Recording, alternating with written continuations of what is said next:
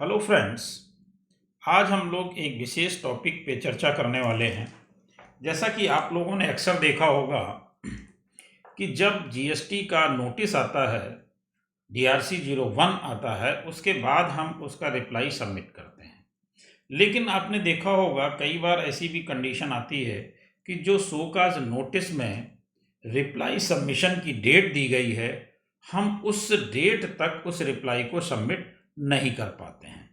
ऐसी कंडीशन में अगर हम उस रिप्लाई को उस सबमिशन की डेट के बाद सबमिट करते हैं तो क्या होना चाहिए और क्या पोर्टल की इसमें गलती है या अथॉरिटी की गलती है, यानी प्रॉपर ऑफिसर की गलती है, कौन क्या कर रहा है और किसको क्या करना चाहिए, उस संबंध में हम लोग आज विशेष चर्चा करने वाले हैं। उससे पहले आपसे एक छोटी सी रिक्वेस्ट कि अगर आपने अभी तक हमारा चैनल सब्सक्राइब नहीं किया है तो कृपया सब्सक्राइब करें और बेल आइकन अवश्य प्रेस करें। तो आइए देखते हैं कि जैसा ऑर्डर आपके सामने है, the petitioner who is a contractor by profession and registered with the GST authorities. अब इस कॉन्ट्रैक्टर का प्रोफेशन है कॉन्ट्रैक्ट का, और इसने एक ऑर्डर, इसके अगेंस्ट एक ऑर्डर पास हुआ 26 फरवरी 2025 को। अब हमें इन डेटों को ध्यान से देखना होगा, तभी हमें ये समझ में आएगा। यानी ऑर्डर पास हुआ 26 फरवरी 2025 को, और इसके खिलाफ जो डिमांड टैक्स की गई वो 15,44,922 रुपए की थी।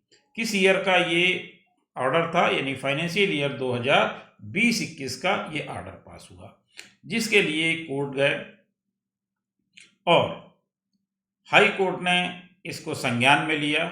और एक ये बात जो इन्होंने अपने उसमें लिखी, वो लिखी, violation of principles of natural justice.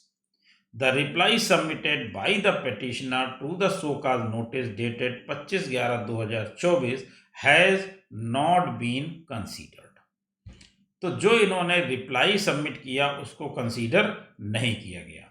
क्या है ब्रीफ में इसको देखते हैं। The relevant facts necessary for disposal of these petitions are that the STO wide so called notice dated 25/11/2024 issued under section 73 subsection 1 of the State Goods and Service Tax Act 2017 called upon the petitioner to pay the outstanding tax liability of rupees 15,06,304। क्या है वाक्य?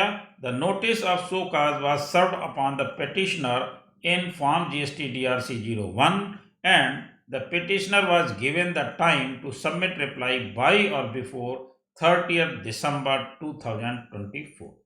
यानी इनको जो समय दिया गया उस नोटिस के रिप्लाई के सबमिशन का, वो दिया गया 30/12/2024 तक का समय।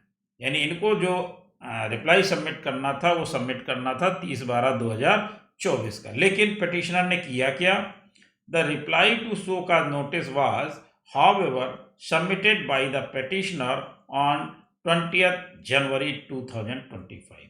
यानी इनको सबमिट करना था 30 दिसंबर 2024 तक, और इन्होंने रिप्लाई सबमिट किया अपना 20 जनवरी 2025 को, यानी लेट सबमिट किया।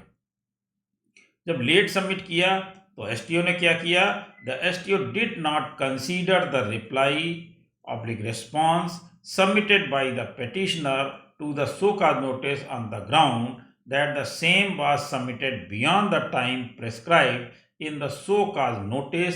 The STO thus proceeded to pass the order dated 26 February 2025। अब यहाँ पर एसटीओ ने क्या कहा कि आपको जो टाइम दिया गया था उस टाइम तक आपने अपना रिप्लाई सबमिट नहीं किया, लिहाजा हम उसको कंसीडर नहीं करेंगे, और 26 फरवरी 2025 को ऑर्डर पास कर दिया।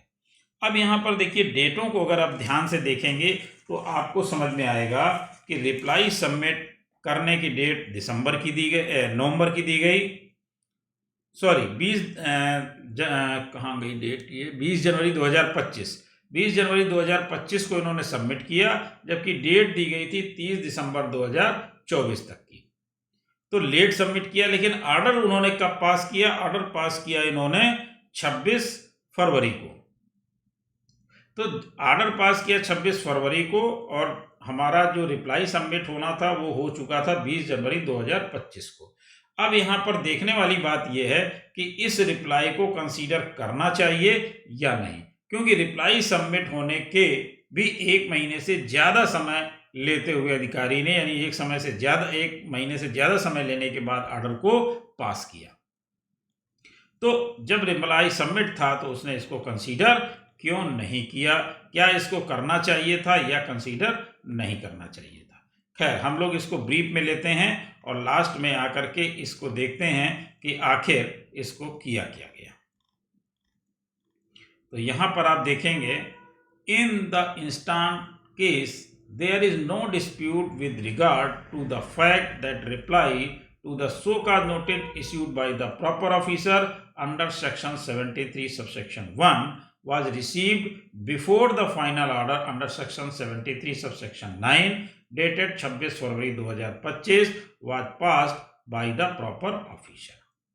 In these circumstances, the proper officer should not have declined to consider the reply and pass the order under section 73 subsection 9 of CGST Act 2017, as if there was no reply, explanation or representation submitted by the assessee.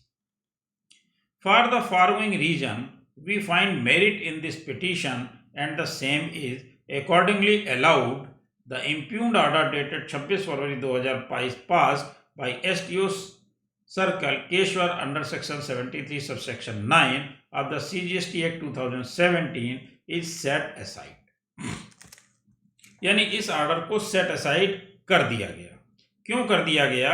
क्योंकि ये section 73 subsection 1 में ये binding कहीं पर नहीं दी गई है कि अगर उसने रिप्लाई बाद में सबमिट किया तो उसको कंसीडर नहीं किया जा सकता। ना उसमें ये टाइमिंग उसकी रिप्लाई की दी गई है। जो रिप्लाई नोटिस में दी गई, डेट दी गई, उसके बियॉन्ड भी अगर रिप्लाई सबमिट कर दिया गया है तो उसको कंसीडर करना चाहिए। इसीलिए इस ऑर्डर को सेट असाइड कर दिया गया। ऐसा नहीं है कि उसने रिप्लाई सबमिट कर दिया उसके बाद भी आप उसको कंसीडर नहीं करेंगे, तो ऐसा नहीं होगा। उस ऑर्डर को आपको कंसीडर करना पड़ेगा। इसी डायरेक्शन के साथ साथ कोर्ट ने ये ऑर्डर पास किया और क्या कहा, is set aside the STO circle केसर is left free to pass fresh order under section 73 subsection 9 of the CGST Act 2017 after taking into consideration the reply submitted by the petitioner to the so cause notice on 20 जनवरी 2025। यानी 20 जनवरी 2025 को जो उन्होंने reply submit किया है उसको ध्यान में रखते हुए, उसको कंसीडर करते हुए ही ऑर्डर को पास किया जाए। तो इस तरह के डायरेक्शन कोर्ट द्वारा दिए गए हैं। यानी कहने का मतलब ये है कि जो अधिकारियों की मनमानी है वो अब नहीं चलेगी। उनको जो हम लोग रिप्लाई सबमिट करते हैं उनको कंसीडर करना ही चाहिए। तो इसी के साथ एक बार फिर से आपसे रिक्वेस्ट कि अगर आपने अभी तक हमारा चैनल नहीं सब्सक्राइब किया है तो कृपया सब्सक्राइब करें और बेल आइकन अवश्य प्रेस करें, जिससे हमारे अपलोड होने वाले वीडियो आपको जल्दी से जल्दी मिल सकें। इसी के साथ एक रिक्वेस्ट और कि अगर आपको कुछ भी क्वेरी इसके अंतर्गत होती है तो आप हमें ज़रूर बताएं, उसको ज़रूर लिखें। Thank you.